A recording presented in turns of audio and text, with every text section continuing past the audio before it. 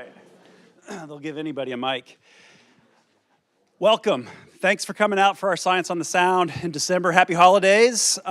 We are getting set for our holiday celebrations around here, and I hope you all are too. We are excited to continue to offer this Science on the Sound series this semester, and we will continue that into the spring as well. And so we do have, or we're working on lining up our spring series, so I encourage you to continue to sort of watch out for what's going to happen in the spring as far as a monthly Science on the Sound. So that will continue on the order of about the second or third Thursday of the month. So continue to follow, I hope you will. Also in the spring, at some point, we're working on our next open house. I hope you'll join us here at the Coastal Studies Institute for the open house. I should have started with, hello, my name is Reed Corbett. I am the executive director here at the Coastal Studies Institute, and I really appreciate you taking the time to come out. This is our opportunity to introduce you to some of the work that's being done by many scientists, not just here at the Coastal Studies Institute, but many of our partners. And so we're very happy to have Professor I just went blank. It's right there. That happens. Professor Christopher Oakley from our Department of History. So Dr. Oakley is from ECU's Department of History, and we're thrilled to have him here this evening. And this is part of a collaboration where we're trying to really expand, the Coastal Studies Institute is really trying to expand on our collaborations across ECU and across some of our partner institutions as well, trying to help fund some of the work that's being done, encourage increased collaboration across campuses, whether it's our main campus at East Carolina University or many of our partner institutions as well. And so this is part of a collaboration like that. We're reaching out and hoping some of the faculty from our other campuses will also reach out and come and join us and have this opportunity to meet and talk with you as well. And so thank you, Professor Oakley, for joining us. Apologies for, anyway, it happens. Let me introduce Professor Oakley and give you a little bit of a few of his accolades. I mentioned that he is Department of History with East Carolina University. He specializes in North Carolina history and Native American history. Got his PhD from the University of Tennessee, and then served as an assistant editor for the James K. Polk Project in Knoxville, where he worked on volume 10 of the Correspondence of James K. Polk. From 2003 to 2005, he's a visiting professor of history at High Point University. Professor Oakley has published several books. His first book was on the North Carolina was articles in the North Carolina Historical Review, Mississippi Quarterly, the Native South, and Southern Cultures. These are where he's published scholarly works. The first book through the University of Nebraska Press was Keeping the Circle, American Indian Identity in Eastern North Carolina, 1885 to 2004, as part of its Indians of the Southeast series. He recently published another book in 2018, New South Indians, Tribal Economics, and the Eastern Band of Cherokee Indians in the 20th Century. And I believe this is a new project, which will likely be his next book, that we'll learn a little bit more about tonight. So thank you again. Look forward to hearing from you, and appreciate you coming out, Chris. Thanks.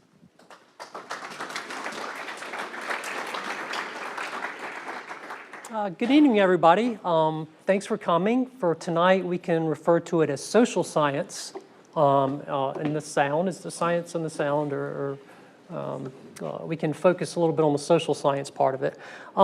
As Reed said, my name is Chris Oakley. I'm a faculty member in the Department of History at East Carolina University.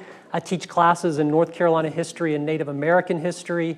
And my real passion is Native American history in the state of North Carolina. That's where most of my original research has been.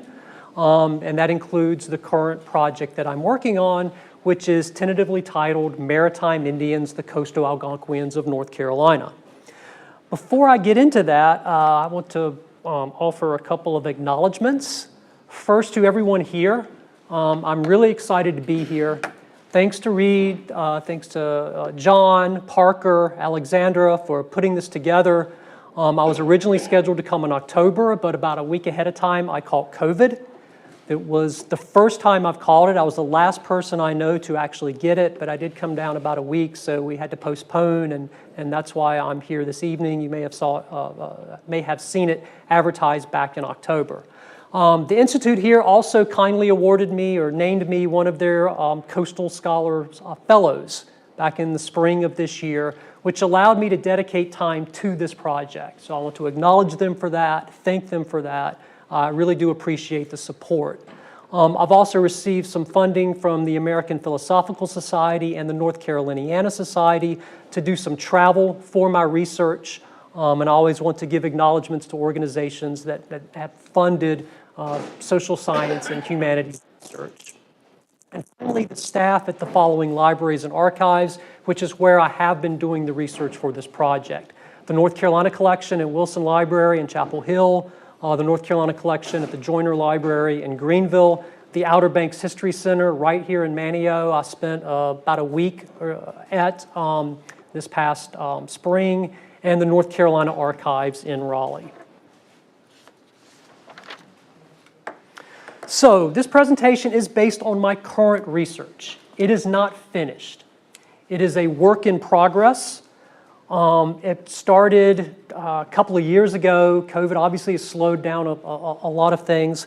But overall, I'm still happy with the progress to date. And I'm really excited to have this opportunity to share what I have learned so far and hopefully to get feedback from some experts that are in this room. As I'm going to talk about in a couple of minutes, this is a multidisciplinary project. I am dependent on the work of biologists, geographers, and others, and I'm hoping to start a conversation with people about my project and what I'm doing. So I look forward to working perhaps with some people. I know there's a lot of expertise in this room.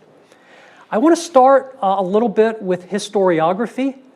Those of you that are not historians, historiography is the first class you take as a graduate student. It is the most unpopular class in grad school. Everyone hates it. And they hate it because it's methodology. It's about the history of the discipline of history. It's not about the content itself, and the content is what usually historians fall in love with. Historiography is also about the history of the history of the writing of a particular topic.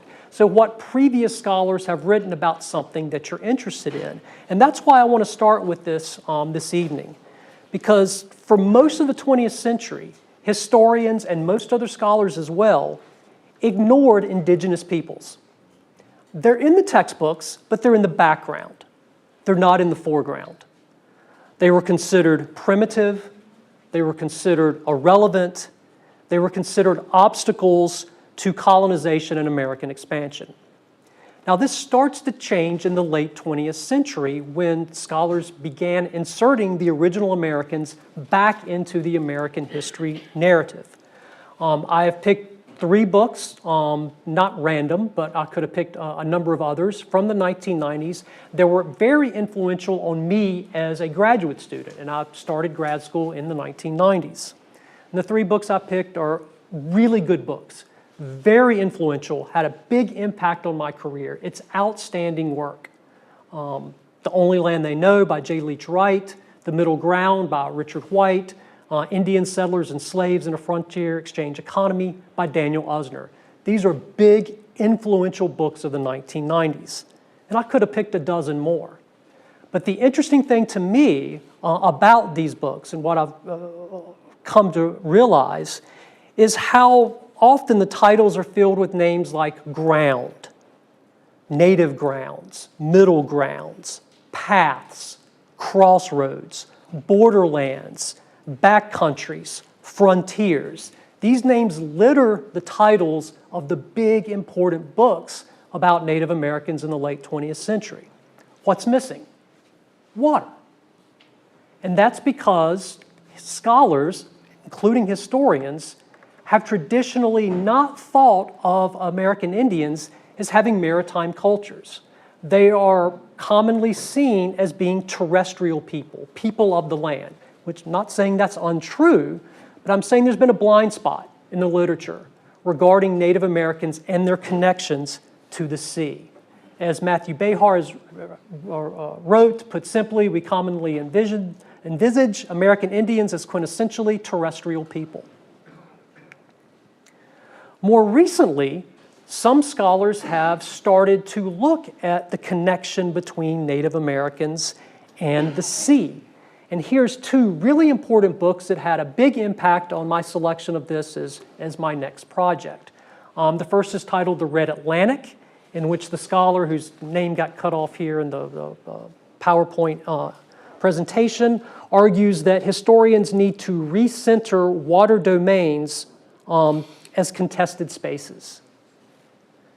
That we need to restore Native Americans to Atlantic world history, which is a subfield of colonial history that looks at the importance of the Atlantic Ocean and the connection between the continents that border that ocean.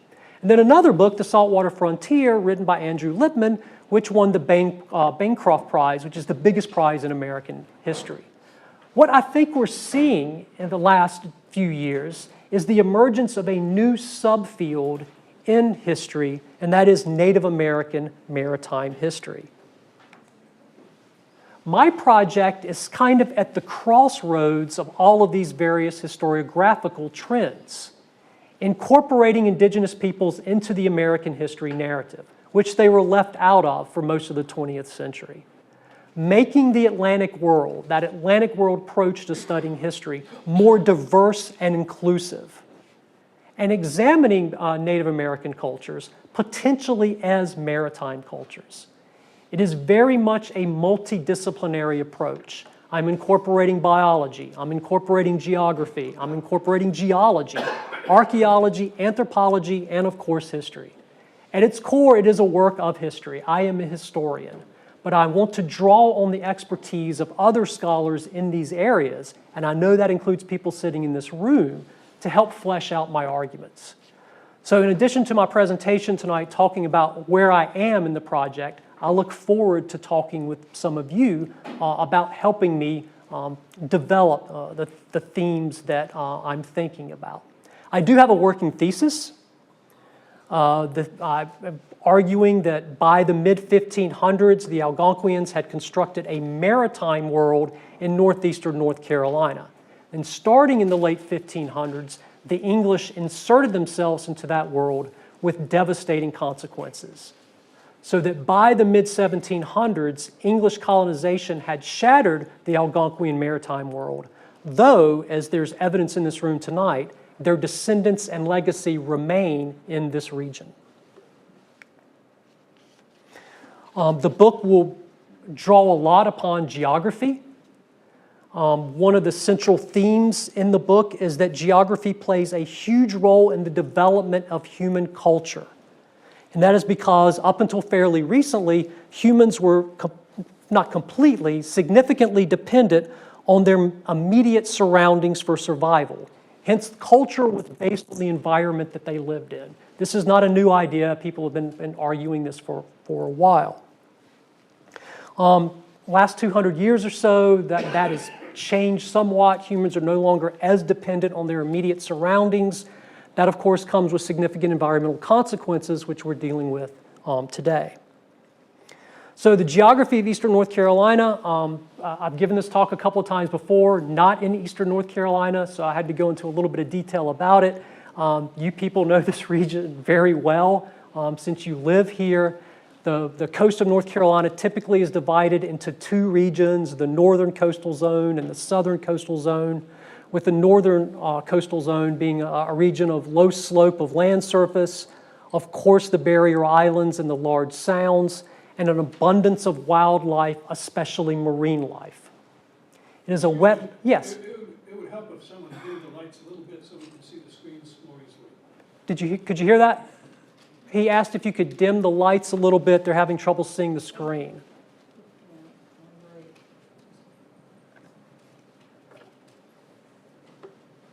Maybe not. How's that? Much better? Perfect. Thank you very much. I appreciate that. So the geography of Eastern North Carolina, I argue or will argue in the book, played a significant role in the development of a distinctive Algonquian culture in North Carolina, or what we think of today as North Carolina. So this is a map of the borders of present-day North Carolina. Obviously, they didn't exist in the 16th century, but I like this map because it illustrates the indigenous peoples who were living in what we think of today as North Carolina in the 1500s. They were broadly divided into 3 language groups. These are language groups: the Algonquian or Algonquian, the Siouan, and the Iroquoian. I am focusing on the Algonquian, who are located here in the white, the part we think of as northeastern North Carolina. To their immediate west were the Tuscaroras, which were an Iroquoian-speaking people, along with the Cherokee in western North Carolina. And the Siouan-speaking indigenous nations occupied much of the Piedmont as well as part of southern North Carolina. And here's a blow-up of that region of the Algonquians. This was their world in the 1500s. And you see a lot of names that are very familiar to people who live in or visit this region. I'll come back to that in a few minutes. So this is one of the maps that first kind of got me thinking about this project, because if you look at this, often historians and other scholars, the first thing they're looking at is the location of potentially where some of the towns were, or where were the Chowanoks, where were the Secatans, and so forth. But what struck me in looking at this map was the dominance of water and how important it was to this region. We know a fair amount about Algonquian society, certainly not everything, and I'm learning new things all the time. We know that their towns were largely autonomous, meaning that the individual towns had a great deal of political control over their own affairs. They did form confederacies, occasionally under individual leaders, but those confederacies weren't as centralized as they're often treated in older works and older textbooks. And individual rulers did not have near as much power as the English initially thought when they came to the shores of first what they called Virginia and then later North Carolina. We know that most towns had between 10 and 30 houses.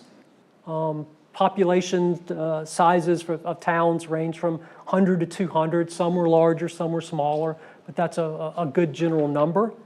And we know that they were, for the most part, occupied year-round. This is important, and I'll come back to it in just a second. Those leaders shared control with councils. The one significant power that town leaders did have was controlling the distribution of goods, especially trade goods. The coastal Algonquians migrated into what is today North Carolina from the north. They are the most southerly speakers of the Algonquian language. If we go back to this map here, the Algonquians, or even this map's fine, Algonquian speakers occupied most of the coast of the Atlantic seaboard from North Carolina all the way up to Canada. But the Algonquians of North Carolina were the southernmost of that group. They are culturally related to the Virginia Algonquian speakers, but distinct, both politically and culturally.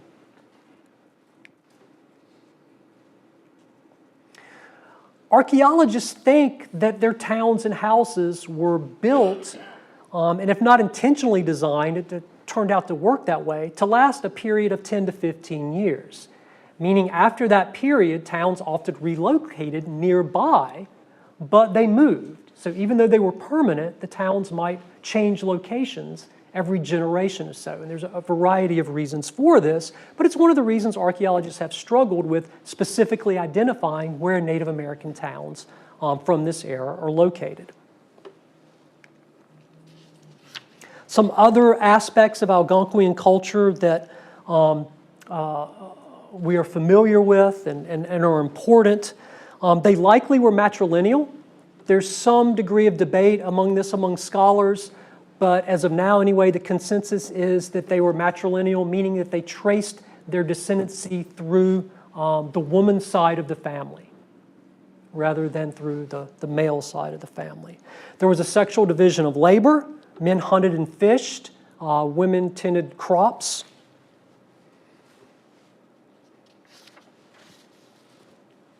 They had distinctive shell-tempered pottery, which a number of archaeologists have analyzed. They worshipped multiple gods that they collectively called Manitou or Montioc, though there was one chief god over the others. That's all pretty standard, and a number of historians have written about that. My big question, and where I'm coming from in this project that is different, is arguing that they were a maritime culture. And here I've posed it as a question, were they a maritime culture? But obviously my answer is yes, or I wouldn't have titled my project what it was. So obviously I have to defend that. What is my evidence to show that these were a maritime people? And it comes in a variety of different things I've already learned based on my research. Big picture, I've come to conclude that the waters of this region were at the heart of their world. That connected to food, travel, communication, war, pretty much all aspects of their society. For example, one of the surprising things I found based on archaeological evidence or work that has been done by others in this region is that the majority of their food came from fish and shellfish, especially oysters and clams. Hunting and agriculture supplemented that. That's not the kind of traditional version of Native American culture in this region and other places that you hear. It's often focused on maize agriculture, hunting deer, hunting others. But the evidence from here, based on shell middens and other archaeological evidence, that the majority of the food came from the marine resources of the region. That's really important. Also, the evidence suggests that the waters of this region figured prominently into their worldview and their rites. One example is burials, ossuaries. Almost always, in fact, I don't know that there's one been found that wasn't, these were oriented overlooking open water, signifying the significance. Villages were located near good spots for exploiting marine resources. Locations were chosen based on that. And there were also seasonal sites for shell fishing. It's pretty clear that the Algonquians of the region were experts at fishing, and they used a variety of different methods to catch fish and shellfish. Spearing, traps, wares, poisons. They became masters at collecting marine life. They were also experts at maritime navigation, which is not easy in the sounds and the rivers of eastern North Carolina. One thing that I mentioned earlier that I think is really important is, unlike their relative to the north, the Coastal Algonquians did not go on winter hunts. They didn't need to. The food was readily available. So the Algonquians of the Atlantic seaboard, it was part of their culture that the villages would pack up in the winter and go hunting. Didn't see that here. Villages were typically occupied year-round. There were seasonal shell fishing camps, but usually they were exploited for a rather short period of time by a small group of men, not by the entire community. And we also know that the Carolina Algonquian language, which a lot of it unfortunately has been lost, but what remains contains many references to maritime, or contains many maritime references. And we also know that there was a rather extensive trade network in the region that was built around using the waters. And the one thing I've really come to appreciate based on my research so far is how important the dugout canoe was to the culture of the North Carolina Algonquians. It was what the automobile is for us today, probably amplified. It was vital for food procurement, men and women, men obviously fishing, women collecting and gathering food and out in dugout canoes. It was vital for travel, it was vital for communication, trade, and war. And they were masters at making these dugout canoes. So I'm sure many of you are familiar with the work of Thomas Harriot. He has a really good description of how these canoes were made in his book. Generally, they were made from a single tree. The tree was burned to hollow it out, and then they would use tools to scrape and mold and shape the inside of the canoe to suit it to the local environment. The canoes used here were very different from the Algonquian canoes of the Northeast, which were typically birch bark canoes. Those were not very functional in the waters of the Sounds and eastern North Carolina. I am not really a mariner. I don't know a lot about boats, but I have friends that do. And based on what they've told me, the basic design for the dugout canoe in terms of navigating the rivers and at least partially in the Sounds as well, that the design has never really been improved. And these were canoes that ranged in size from holding 2 people to up to 20. And I've really come to believe that scholars have underestimated their significance, how important they were to the Algonquian culture, and later on as well during the colonial era. A large number of these canoes have been found in Lake Phelps, not too far from here. There's been some pretty good archaeological work done on them, but that work hasn't been used, unfortunately as well, to turn into larger studies, and that's one of the things I'm trying to do in this project. I'm also very fortunate that I've had some graduate students who are currently working, doing archaeological work and historical work on dugout canoes. One of my students graduating next week did her master's thesis on a canoe that was found in the Coharie River and it being repatriated back to the Coharies. Different geographical region from what I'm studying, but still, I think, really important work that illustrates the importance of these canoes. So that's the first half of the book. What the way I have it structured in my mind is I'll take the first half of the book to develop my argument that the Algonquians leading up to the 1500s created a maritime world in eastern North Carolina. The second half of the book then looks at contact and colonization. And here again, I think the key feature is the water.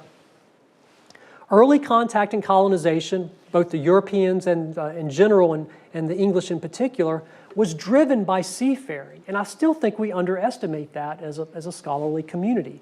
These early interactions were primarily coastal maritime interactions. Even the inland ones were driven by travel by water and often using Native American watermen to help them with the navigation of these waters.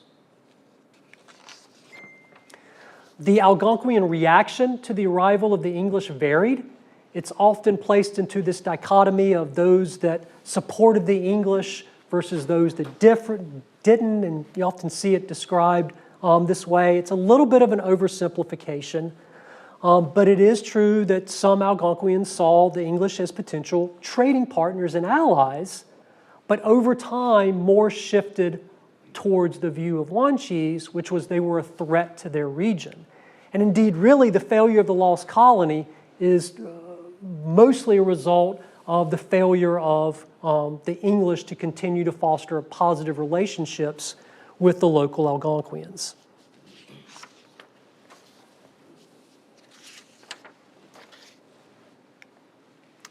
So after the failure of the Lost Colony, there's a little bit of a gap in the historical sources, still some archaeological sources that can be used.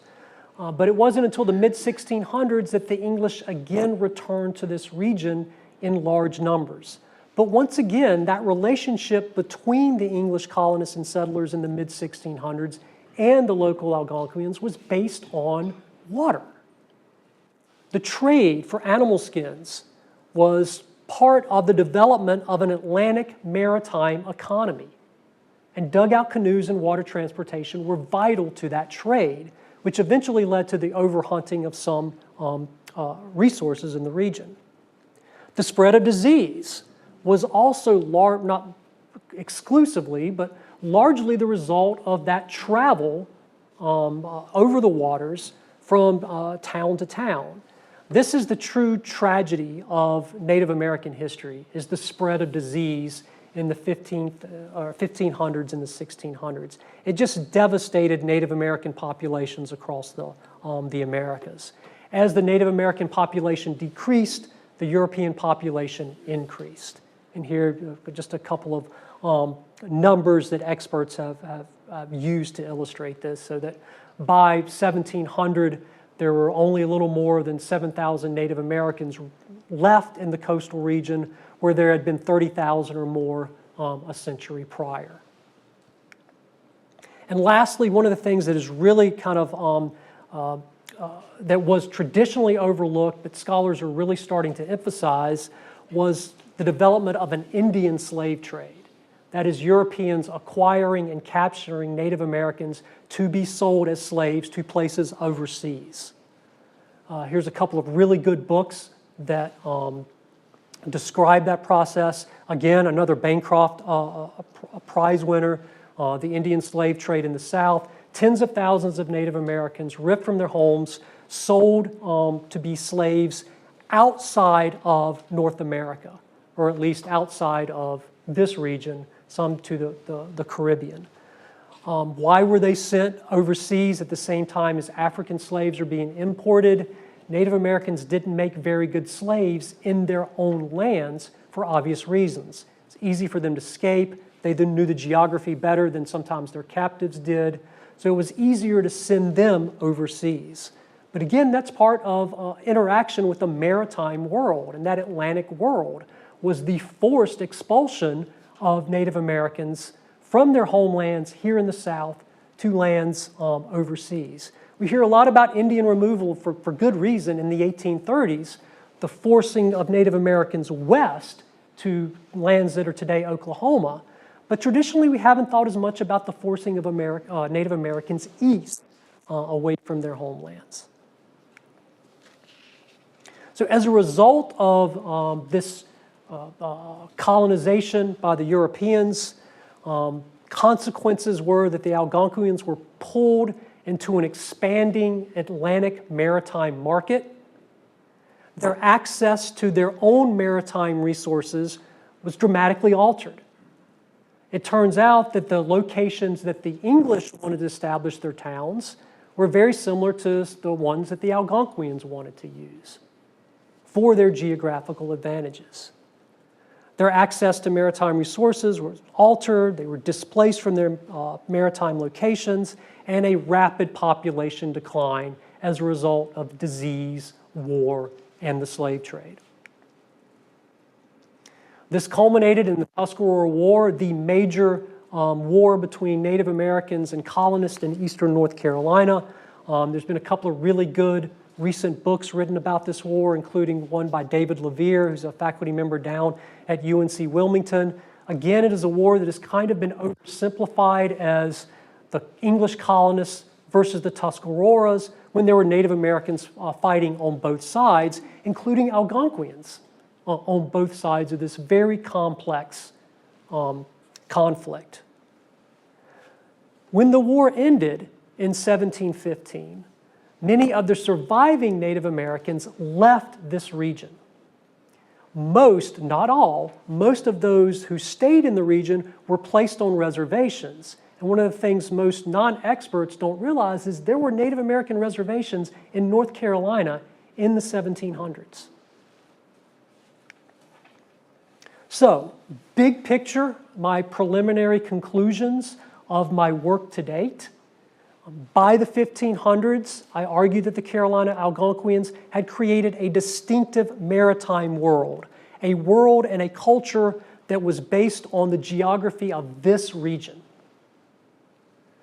Starting in the 1580s, Europeans invaded that maritime world, and it was a maritime invasion. And by the end of the Tuscarora War, the coastal Algonquians were forced off of their traditional homelands and their home waters. And I really do want to emphasize the importance of their home waters. By 1730, there were only about 800 Algonquians left in coastal North Carolina.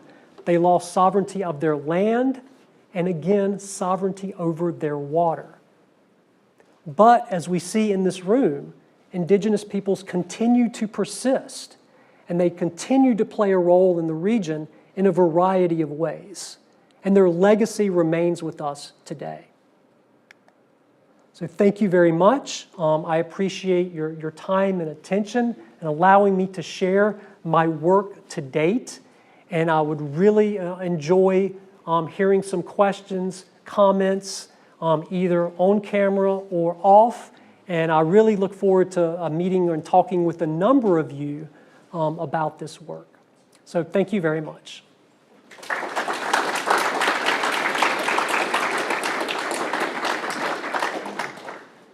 So we'd like to open up for questions. We do have 2 mics. We have several people online, and so we'd like to be able to pass you a mic so you can ask your question in the mic so those online can hear it as well. So please, take the time. Yes, sir. Yeah.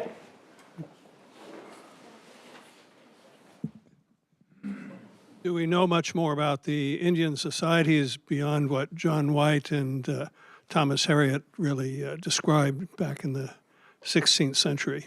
That's the majority of the written sources are coming from those, not just their accounts, but also the accounts from those voyages. So there are others not just from Harriet related to the voyages of the 1580s that collectively refer to as the Lost Colony. Those are the majority of the written sources. What I'm really excited about from this project is there's been a number of archaeologists over the years that have done a lot of work in eastern North Carolina related to the Coastal Algonquians. David Phelps from ECU, Thomas Loffield from UNCW.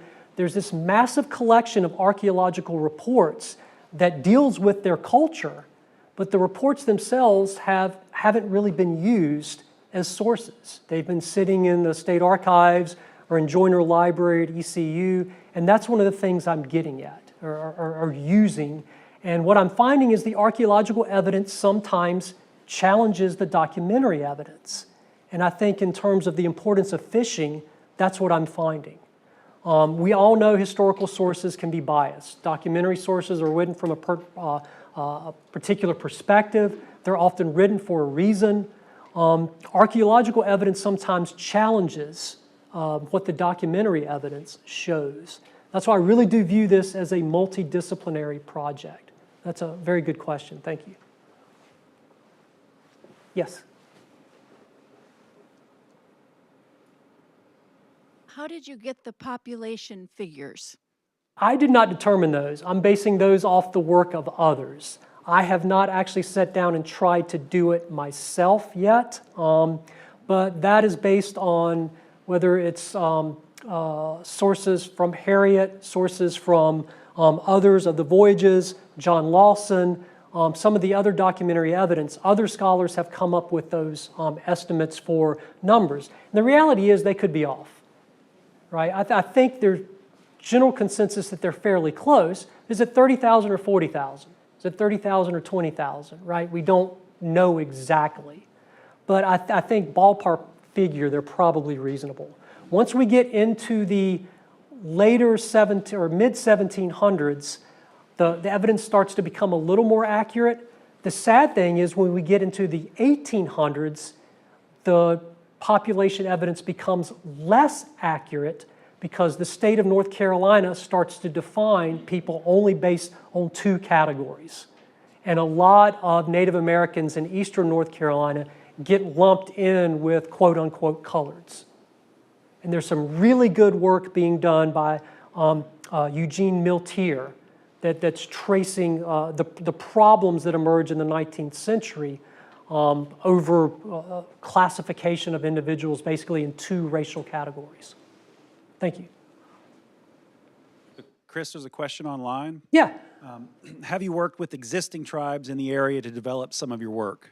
That's what I'm starting to do now. Up to this point, there have been a number of limitations for doing that, but I made a very good connection tonight. I made another connection previously through the North Carolina Commission of Indian Affairs, and one of my grad students has been doing that as well. It is incredibly important that all scholars do that. So, and I totally agree with that. And I think it's something that scholars haven't done as well in the past, but we have a moral obligation to do that. So that will be part of the project going forward. I will admit, up to this point, I've been largely working with the documentary and archaeological evidence, but as things I hope are starting to get better, there'll be more of that working with indigenous peoples in the region?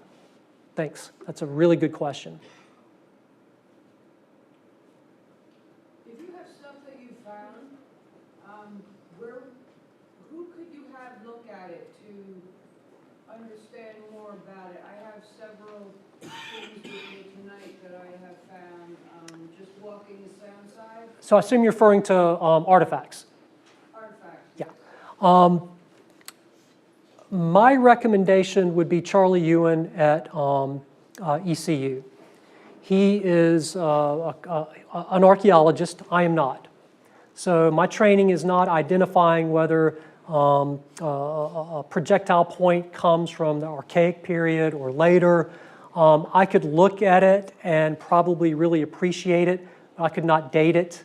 I could not do that. I get that question a lot, and unfortunately, in that area, I'm just not an expert. But there are resources available, and Charlie's a really good one. And Charlie, if you're listening, I'm apologizing for putting you on the spot right now, but he's a really good at that.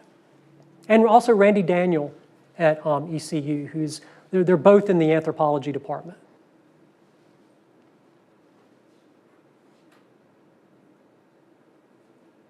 Yes. Does your research, is it confined to a certain ending period? This project, yes, and I was talking about this before, 1730-ish.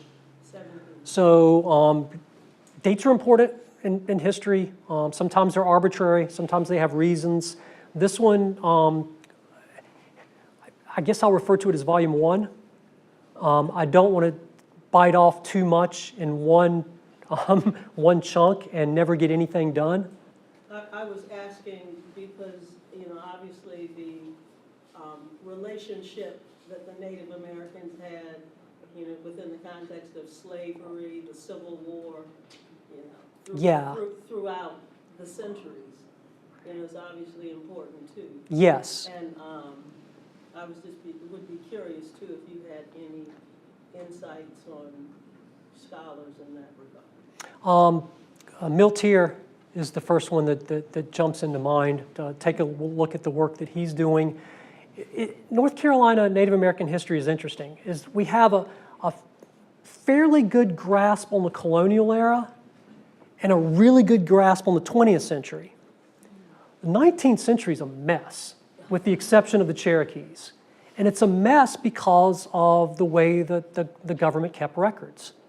So it's really hard, and I was speaking with your neighbor there earlier tonight, it's really hard to untangle all of that. It takes a lot of detailed documentary research that needs to be done that I haven't done yet, but that may be where the story goes forward.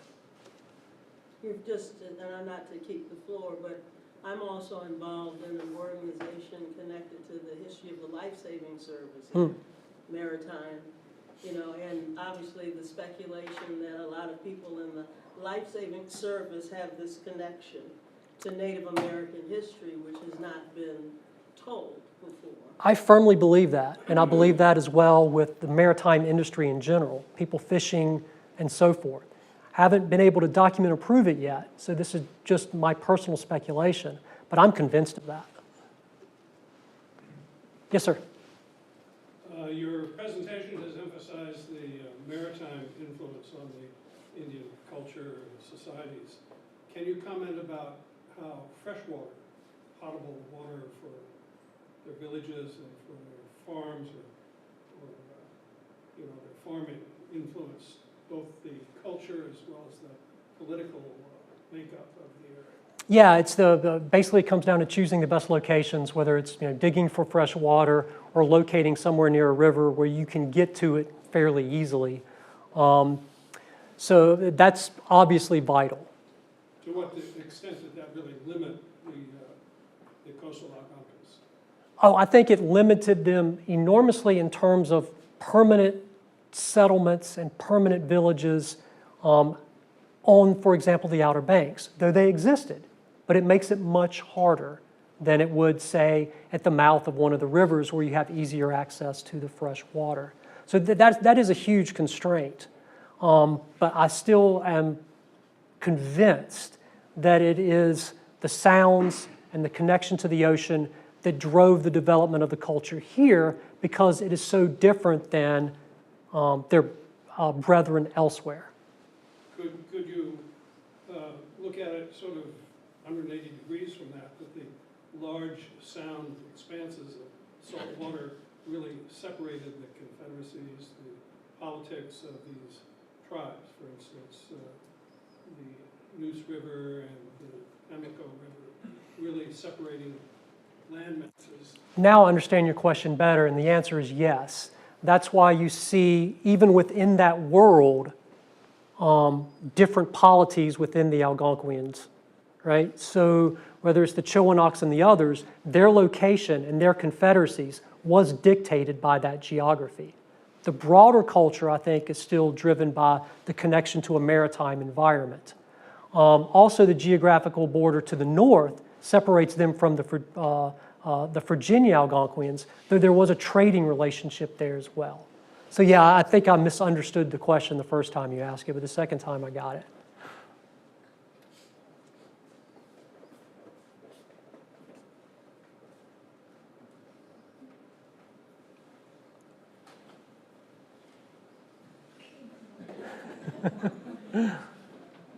So I'm curious about the age-old question.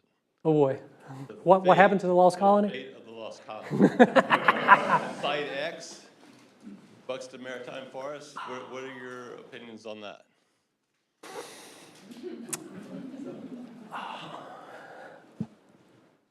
Not to ruin all the mythology or to disappoint too many people, I think the most likely scenario, and again, this is pure speculation, I'm not basing this on any evidence whatsoever.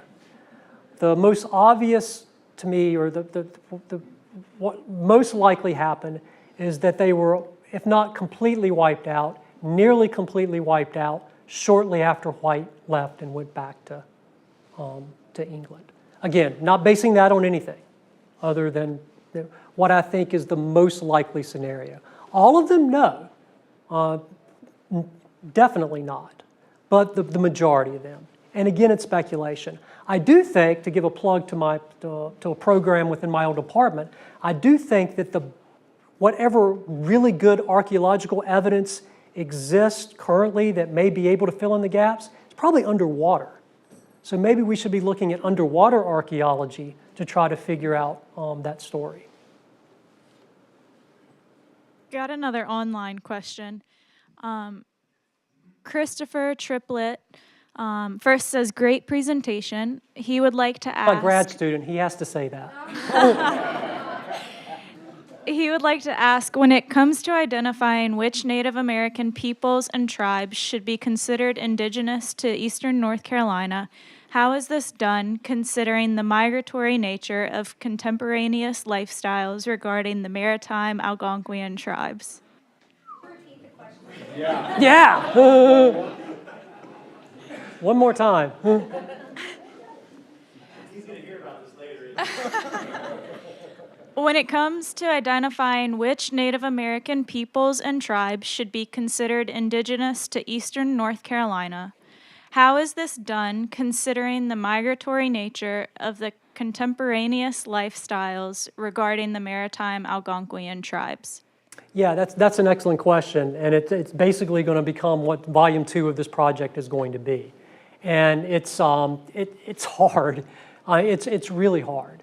And if you look at I kind of dealt with this in my first book, which was about Indian identity in eastern North Carolina, basically from the 1880s up to the 21st century, where I write about how, as a result of colonization, the Native American world of the colonial era was shattered, right? The people didn't disappear, they survived, but they built new communities as a result of that survival and being pushed off of their land and water.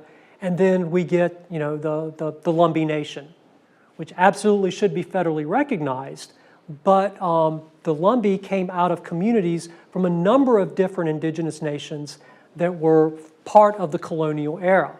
And that's a common theme in Native American history in eastern North Carolina and across North America, and by the way, across world history, right? Whether it's the Anglos and the Saxons merging and creating a new culture or others, this is a process that has happened to numerous peoples over time, but for some reason, we don't allow Native Americans to do that the way we do other cultures. And I think that's wrong. And it's something I'm hoping as a scholar to try to get away from. So thanks, Chris. That's a really good question. We can talk more about it when I get back to Greenville.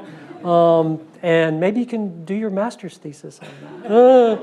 I think he just answered his master's thesis. Yes. Actually, that was a very good lead-in question to the one that I have. In talking about Native American migration or forced migration as the Europeans pushed further inland, have you looked at, or is there evidence that the natives used the waterways as a way to migrate, or did they primarily go over land? That is the question I'm trying to get at. And I can't give you that answer right now, but it's one of the things I want to try to find. I want to know that so badly, so that when they did reform into these new communities, they're still connected to the water, right? The Coharies, their identity is based on their river, largely. The Dugout canoe that was recently found there, they're so excited to have it back, to reconnect to the river. The Lumbees took their name from the Lumber River. Right? So I can't document or definitively answer your question positively, but it's one of the things I want to find. I don't know how to find that evidence of it happening, but I think I'm hoping that you're, well, not hoping, I'm thinking that you're right, that was the way that they relocated into new areas. I don't know if we'll ever find the evidence to prove that, but that certainly seems to fit along with what I'm trying to argue.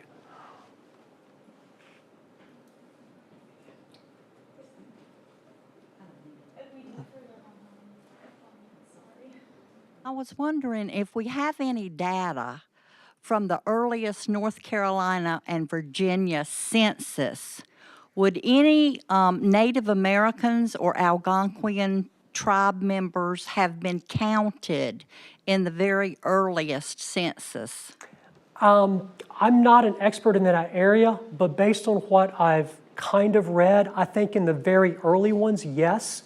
But then as we move into the 1800s and the state starts to define people based only on two categories, they get lost in that census data. And so it takes a lot of detailed research and tracing individual family lineages, to determine that. So I think maybe initially, yes, and then as we get into the 1800s and race becomes such a defining factor in North Carolina, that it becomes more complicated. So would any of those earliest census still be somewhere that if you tried to research it, you could find it? It's possible. It is possible, but I don't know for sure. And I don't know that even in some cases it would be able to list individual names as much as it just would be counting. But I don't know. Sometimes some of the better records are real estate records in terms of trying to track some of that stuff. Yes, sir. The gap between the Saltwater Raleigh expeditions and settlers coming back into the area 50 years or so interests me. I mean, they had such a shock to their culture, and then suddenly curtain went down. Do you have any speculation for the impact of the settlers or the introduction to the white men during that time frame, the gap? So you're referring to from 1580 to about 1650 or so when settlement starts. Right. That's another one of those kind of eras where they don't know enough, except that we do know that the political world that the Algonquians had in 1650 is significantly different than it was in 1580. Villages had moved, disappeared, populations had changed, new leaders had come into power. It was a different place. Largely because of those internal disruptions, which I believe came about partly because of disease. And the disease hits again later in the 1600s. But I don't know as much about that interim period as I would like to.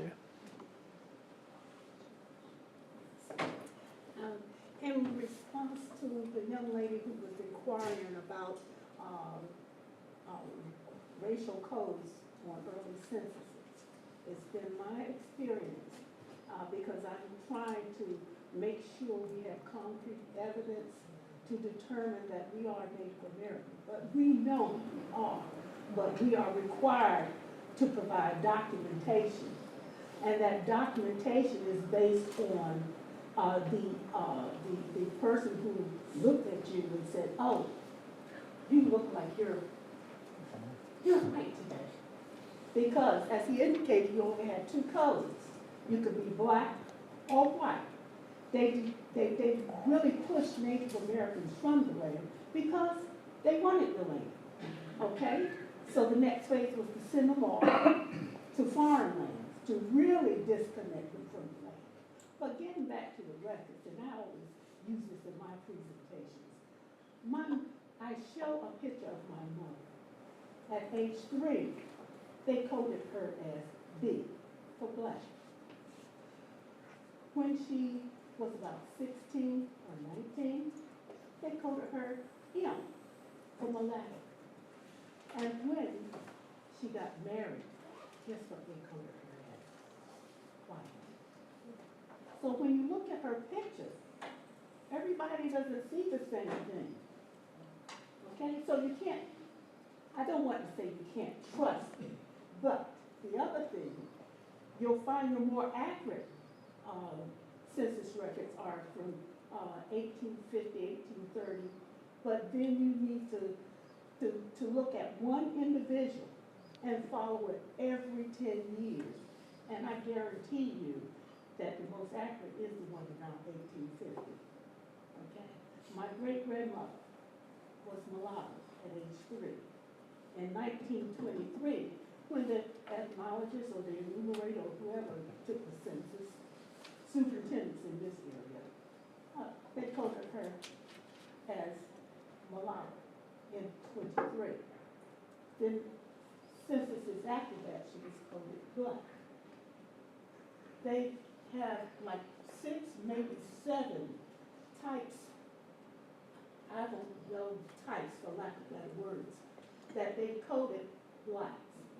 They call them black, they call them colored, they call them little Negro, they call it capital Negro, Afranches, and then contemporary African Americans. But I always ask this question. Everyone is supposed to be tied to a land. Now follow me very closely. If you were Irish, what is your homeland? Ireland. If you were classified as a Frenchman, what is your homeland? If you were Australian, what is your homeland? Okay? If you were African, what is your homeland? If you were black, what is your homeland? No. You have no homeland. Case closed. And I would add, in addition to land, home waters. Mm-hmm.